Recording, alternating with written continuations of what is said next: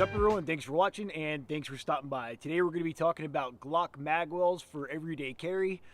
Specifically, we're going to be talking about the Agency Arms and the Blacklist Industries M2 Magwell. Couple pros and cons about each one of these Magwells. These two are my favorite. Additionally, we're also going to be kind of visiting something to very much so be aware of if we're thinking about buying a Magwell. Now, both these magazine wells, they have some similarities. They both come in at a price point approximately $110. They're both made out of 6061 aluminum, and that's kind of about where their similarities end, aside from the fact that they're basically a funnel. So the Blacklist Industries and the Agency, that kind of approach things from two different angles. One thing that's kind of neat about the Blacklist Industries is that it's not backstrap specific, whereas the Agency is. So this guy, again, it comes in at 110 bucks. It comes with plugs for Gen 3 or Gen 4, so it's not really generation specific. And because the back here is opened up where the back straps would go, it doesn't really care what kind of a back strap you would run. Big thing we want to look for, and all these guns are clear, big thing we want to look for with Magwells, it's not so much when we have a two-handed grip that we're going to notice it as much as when we have a single-handed grip or strong hand or weak hand. When you have a strong hand only grip and you're getting a good hulking type grip on the gun to control the recoil, a good magazine well, you should not feel it flexing at all in the least bit. And right now I got a pretty good grip and this thing's pretty locked in. It's also worth noting that both of these, they do fit on P80 frames. The Agency, it approaches things a little bit differently. This is generation specific and backstrap specific. So you have to order this for whether or not you have no backstrap, like here on this Gen 4, or whether you're running a medium or a large, Gen 3, Gen 4, so on and so forth. And that's simply because the back right here, it comes up over the back strap a little bit, and if you order the other ones, there's a little bit of a gap to allow the back strap to fall into the magwell. As with the Blacklist, this thing is rock solid. Whether you grab it with your strong hand only and you get a good grip on it, rock solid. This thing's absolutely good to go. Always apply blue Loctite when installing these guys, but both these Magwells are pretty good to go. So why would you want to choose one versus the other? That's kind of the big question. Now, a small caveat to that is there's a lot of good Magwells out there. You got ones from Deuce. I know TTI makes a pretty good one too. The one from Zev, I hate to say it, I hate that one. These two seem to work pretty good.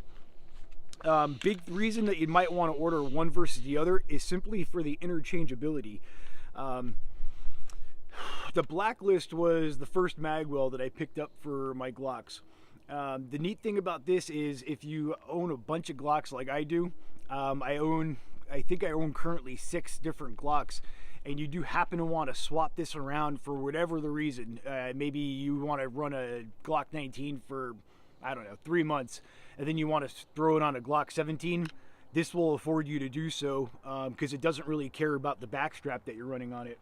Whereas on the Agency, whatever gun you buy it for, it's going to have to stay on that gun, or it's going to have to be run on a very similar setup. So this is no backstrap for this particular magwell. If I want to change it out and put it on another gun, it's going to have to go on another Glock 19 or 17 with no backstrap. So interchangeability on this one, it's not really there. The Blacklist doesn't really particularly care. Here you can see the coating's pretty good. I've had this thing for this thing is well over 1.5 years old. I've put a lot of time on it, and you can see some of it's kind of worn down and chipped a little bit, but that's not a ding on the coating. I beat the snot out of these things. Everything's been rock solid. On the newer versions of the Blacklist, what you'll see, I believe they moved their logo right here to this section right here on the front strap. This is one of the older ones because I've had it for a while, which is why their logo's right here. The Agency is a pretty sleek design, very similar to the Blacklist. Their logo is basically just a very subdued type A right in the front where it looks pretty nice. Everything's good. I dropped the bullet. Neither one of these guys print really at all for me, period. In lieu of the fact that there is kind of a funnel thing, I was kind of curious as to how bad they were going to print once that was actually in my holster. One, I don't really get too wrapped up into printing, provided it's not like crazy obtrusive. Make like a little tiny poke here and there. I don't get too wrapped up into it. Neither one of these did anything that was or substantial to the point where I'd actually care about it. So both these guys are good to go for concealed carry. Now here comes kind of the gripe I have with Magwells, and a big driving reason why I even wanted to make these videos, or make this video. I'm not I don't have any preference to floor plates. What I'm talking about is I ordered some replacement striker springs from Ghost, and they sent me out this floor. They actually sent me 2 of these floor plates, very similar to the Vickers, so I threw this on one of my carry mags. As you can see, both these floor plates, this is the Vickers and this is one from Ghost. They both have a flared bottom. Why is that flared bottom kind of important with a magwell? Well, once you seat the magazine right now, you can kind of see right here on both sides that this magazine floor plate, it sticks out a little bit. That's a big deal simply for the reason that it's not if, hear me now, it's not if we have a double feed, but when we have a double feed. As soon as you have to lock this guy open to the rear and you have to start treating it and you have to rip this magazine well out, I had to go dig an OEM floor plate out. If you have an OEM floor plate in one of these Magwells and you try to strip it out, you're going to play hell trying to get a hold of it, simply because it sucks right up into there and you can't grab it. And that's honestly the reason I'm not a big fan of the Zev Magwells. The Zev Magwells, they work with 10/8 floor plates. They do work with TTI floor plates like this one right here. If you're cool with carrying like a +2 or +3, they do work with those. However, they do not work with the Vickers floor plates. And if you're running that OEM floor plate, you're going to have a problem when you have a double feed. Super short story, kind of funny. I do like shooting competitively.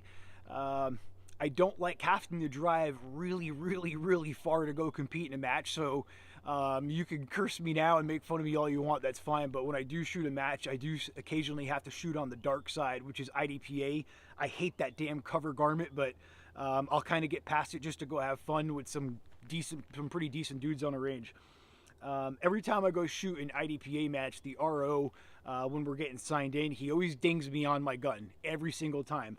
If I got to take my RMR off, then I put the battle plate on, then I have a modified gun. So I basically just I can shoot for fun, have a good time, but I never really even get ranked because my gun is always getting dinged. So long story short, I'm on a stage and I had a Zev Magwell. I had a double feed and I went to go strip the magazine, and all you seen was me standing there like a ding-a-ling.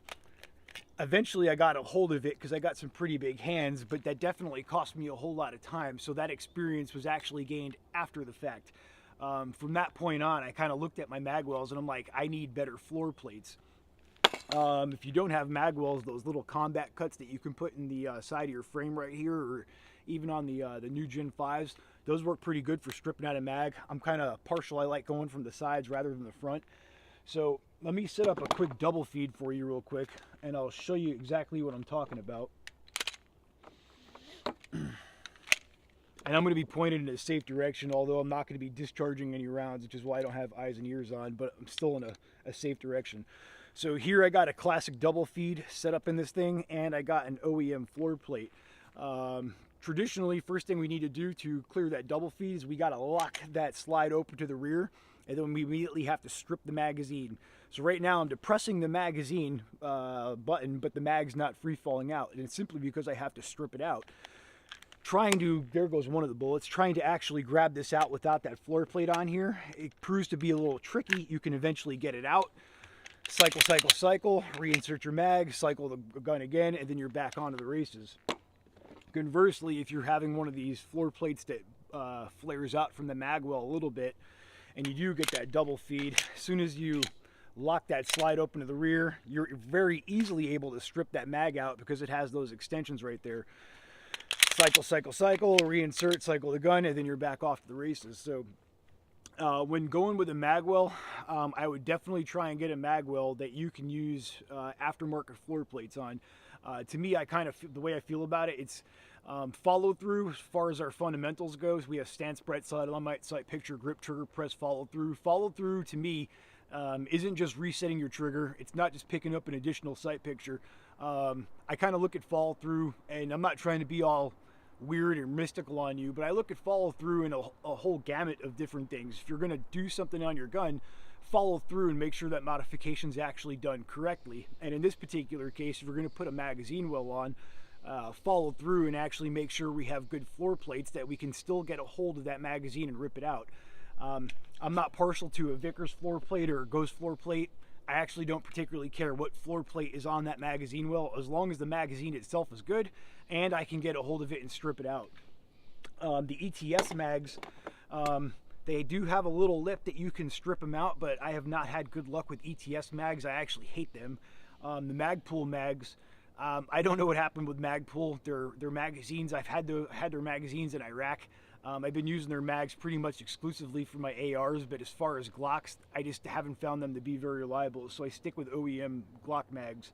So kind of the moral of the story is if you're going to grab a magazine well, make sure we can strip out that magazine in the event we actually have a malfunction. Thank you guys for watching. You stay safe, and I will see you next week.